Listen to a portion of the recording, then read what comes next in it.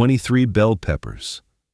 That is what I counted on one pepper plant on my apartment balcony last September, standing out there in my slippers with my coffee, counting like a man counting his change. 23 peppers on one plant, growing in a 5-gallon bucket, started from seeds I scooped out of a red bell pepper from the grocery store. But the summer before, that exact same bucket gave me two peppers, all season long. What it gave me instead was leaves, the tallest, greenest, most beautiful pepper plant you have ever seen, and it fed me almost nothing. If you have ever grown a pepper plant that looked like $1 million and produced like a nickel, this video is for you, because the fix cost me almost nothing. I did not buy grow lights, I did not send away for special seeds, and I did not add a single new piece of equipment to that balcony. I changed a handful of small things about how I feed the plant, how I water it, and what I do when the first flowers show up. And stay with me all the way to the end, because a pepper plant that makes leaves instead of peppers is reading one specific signal from you every single week. Once you know what that signal is, you can flip it in about 10 seconds, and I saved it for last because it makes every other step in this video make sense. I'm Jake, and most folks know me as Backyard Buddy. 3 years ago, I was the guy who killed houseplants, including a cactus once, which takes real commitment. Then, a bunch of green onion ends I tossed at the trash can missed, landed in a glass of water on the counter, and 3 days later they were sprouting, and I have been regrowing food from kitchen scraps ever since, hundreds of plants across my windowsills, and one sunny balcony, with a grocery bill down by nearly a third. And my neighbor Gloria, a retired schoolteacher 2 floors up who has grown peppers and tomatoes in buckets on her balcony for 20 years, is the one who straightened me out this summer. My pepper plant was all leaves and no lunch. So let's talk about that leafy plant. Because I know some of you are looking at one on the patio right now, a bell pepper plant that is thriving, deep green leaves, a thick stem, taller every week, and not one pepper on it, or maybe a single sad little one hiding in the shade of all that foliage. And the usual advice makes it worse. The fellow at the garden center says, feed it more, so you pour on more of that blue all-purpose plant food, and the plant says, thank you kindly, and grows another foot of leaves. Meanwhile, bell peppers at my grocery store are running about $1.75 each, and closer to $2.50 for the red ones. A healthy plant in a bucket should hand you 15 or 20 peppers in a season. That is $30 or $40 of food from one plant, and the leafy one hands you almost none of it.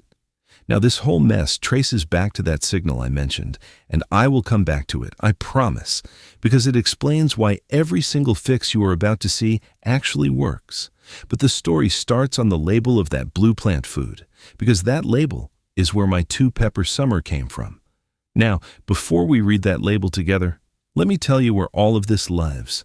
Everything in this video comes out of a book I put together called The 30-Day Kitchen Scrap Garden Protocol. It is the complete 30-day plan for turning the scraps your kitchen already throws away into growing food, written for absolute beginners with 0 experience, 0 yard, and close to 0 budget in the same friendly walk-you-through-it style I use right here. Inside are 31 crops you can regrow from scraps, bell peppers included, each with its own plain instructions, plus a $10 starter kit gathered mostly from things you already own, the full day-by-day plan from your first glass of water to your first harvests and troubleshooting for when a scrap sulks on you. It is $17, marked down from $47 one time against a grocery bill that gets a little smaller every week after. Now go ahead and grab your phone and open up your camera, the same one you use to take pictures. Point it at that square code on your screen and hold it steady for a second. A little link will pop up, give it a tap, and it will take you straight to the book. And if you are watching on your phone right now, the link is waiting for you right down below in the description. Take your time, there is no rush at all. I'll wait right here. All right. Go grab that bottle of blue plant food off the shelf, because there are 3 little numbers on the label that explain my whole 2-pepper summer. Every bag or bottle of plant food in America has 3 numbers printed on it, something like 24, 8, 16. The first number is nitrogen. Nitrogen grows leaves and stems, the green parts. The second number is phosphorus, which grows roots, flowers, and fruit. The third number is potassium, which keeps the whole plant sturdy and helps the fruit fill out. That is the whole code, right there on every label in the garden center. Now look at the all-purpose food most of us keep under the sink. On mine, that first number was 3 times bigger than the second one. I was feeding my pepper plant a leaf recipe week after week, and then standing on my balcony wondering why it gave me leaves. Gloria took one look at my bottle and just about fell over laughing. She told me I was handing that plant salad instructions and expecting it to cook me dinner. The plant was not broken. The plant was doing exactly what I paid it to do. And if your pepper plant is gorgeous and green and empty, I would bet my morning coffee the same thing is happening in your bucket. So the first fix is simple, and it costs nothing today because it starts with stopping. Once your plant is about knee-high and ready to bloom, stop the high nitrogen food completely. Now, here's where most folks go wrong. They stop the old food and never start the right one, and the plant stalls. So the switch has 2 halves. When flowering time comes, feed a tomato and vegetable fertilizer instead, one where that first number is the smallest of the 3, or at least no bigger than the others. Any garden center has one, and a basic bottle runs about $8 and lasts a balcony grower the whole season. For plants in buckets and containers, mix it at half strength. Half strength, not full, because a container holds fertilizer the way a bathtub holds water, with nowhere for the extra to go. Feed every 2 weeks, that is, every 14 days, not every watering. Put it on the calendar on the refrigerator if you need to, because more is not better here, and do not run both foods at once, thinking the plant gets the best of both. One or the other. The tomato food from June onward, and that beautiful green monster starts putting its energy where you want it, into white flowers and then into fruit. That handles the feeding. But it leaves you with a second problem, because the first flowers your plant makes are actually a little trap. This next part felt completely backward the first time Gloria told me to do it. When a young pepper plant puts out its very first blossoms, you pinch them off. I know. You waited weeks for those flowers, and I'm telling you to remove them. Stay with me. A small plant that sets fruit too early pours everything into 1 or 2 early peppers and stops growing, and a small plant stays a small producer all summer. So while the plant is still young, under about knee height in the bucket, pinch off the first blossoms. Do it with your fingertips. Take just the flower, right where its little stalk meets the stem. Only do this for the first week or 2 of blooming, and only on a young plant. 1 or 2 weeks, that is all, and then you let every flower after that stay. What you get in return is a bigger, stronger plant that sets 3 times the fruit later. And later is when you want it. And if you pinch too many or too few, do not worry about it. You cannot really wreck a pepper plant this way. It forgives you. Now none of this matters without sun, so let's do a 2-minute check that costs nothing. A bell pepper wants 6 to 8 hours of direct sun. 6 to 8. And honestly, closer to 8 is where the magic happens. On a balcony or patio, the sunniest spot is not always where you think it is. So some Saturday, put a piece of masking tape down, where the sun is hitting at 10 in the morning, another at noon, and another at 2 in the afternoon. Wherever those pieces of tape overlap, that is where the bucket goes.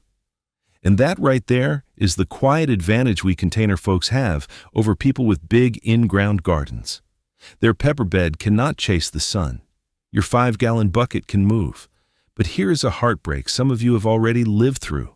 The plant finally flowers, dozens of little white blossoms, and then they dry up and drop to the balcony floor, one after another, without a single pepper behind them. 9 times out of 10, that is temperature, and it is not your fault. A bell pepper drops its blossoms when nights fall below about 60 degrees Fahrenheit, and it drops them again when afternoons climb above about 90 degrees. Below 60 at night, above 90 in the day, those are the two danger zones. In a cool early June, the answer is patience, because warmer nights are coming, and the plant will hold its flowers when they do.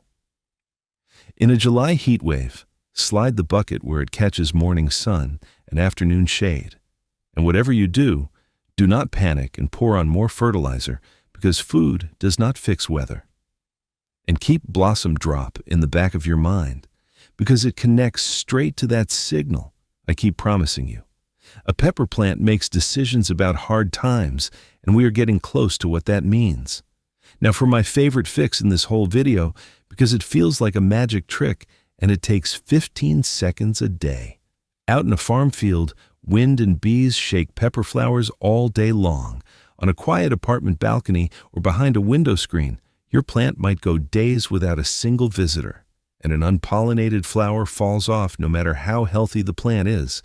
The good news is that a pepper flower carries everything it needs inside itself. It just needs a shake to move the pollen around. So here's what I do, and my neighbors have absolutely seen me do it.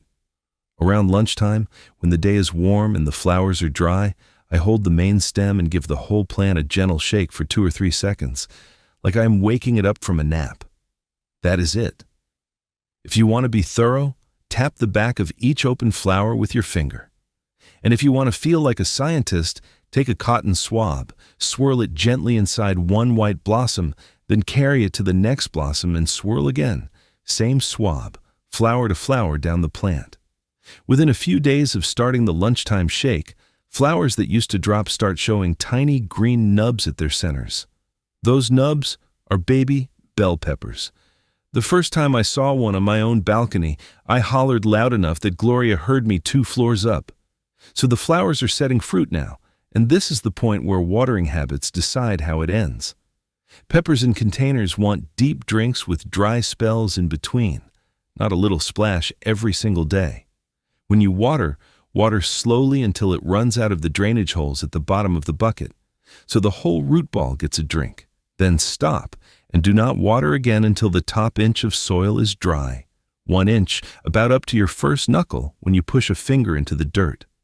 Check with your finger, not with your eyes, because the surface lies and the finger does not. Shallow daily splashes keep the roots lazy and near the surface, and deep drinks with dry spells build the kind of root system that can feed 20 peppers at once. Hold on to this watering rhythm, because it is more than a chore. It is the front door to the signal we are about to talk about. While we are on what goes into the bucket, there is a $4 bag at the drugstore that peppers genuinely appreciate, and that is plain Epsom salt. Epsom salt is magnesium, and magnesium is part of what keeps pepper leaves deep green and working hard while the plant is busy filling fruit. The recipe could not be simpler. 1 tablespoon of Epsom salt in 1 gallon of water, stirred until it disappears, poured on like a regular watering once a month. 1 tablespoon per gallon once a month, and that is the whole program. A bag costs about $4 and will last you years. It is not a miracle in a bag, and it does not replace the tomato food, but on my balcony it earned its spot on the shelf. One more piece of housekeeping, and it is about the house your plant lives in. A bell pepper wants a 5-gallon container at minimum, 1 plant per bucket. 5 gallons and a plain hardware store bucket at about $4 does the job, as well as any fancy pot.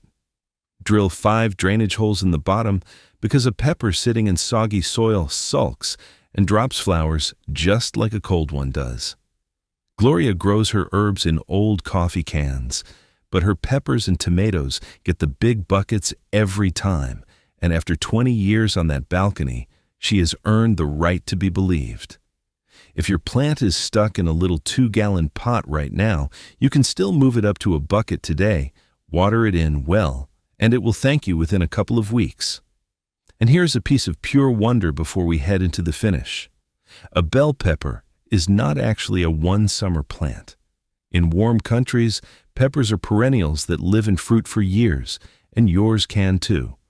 Before the first frost this fall, carry the bucket inside to your brightest window. The plant will drop some leaves and look pitiful through the winter, and that is fine. It is resting. Come spring, that same plant flowers weeks before any new seedling could, and you get your first peppers while the neighbors are still shopping for transplants. My 23 pepper plant is a second-year plant. That head start was part of the story. Which brings us to the last habit, and I need you to hear this one because it is the one that keeps the peppers coming. Pick early and pick often. When a pepper reaches full size but is still green, pick it. I know the red ones are sweeter, and the red ones cost more at the store, but every pepper you leave on the plant to ripen is a pepper, telling the plant its work is nearly done, and the plant slows down on making new ones. Pick them green through the heart of the season, and the plant keeps setting new fruit, flush after flush. Then, late in the season, let the last few hang on and turn red for the sweetness. Now stop and think about how strange that is.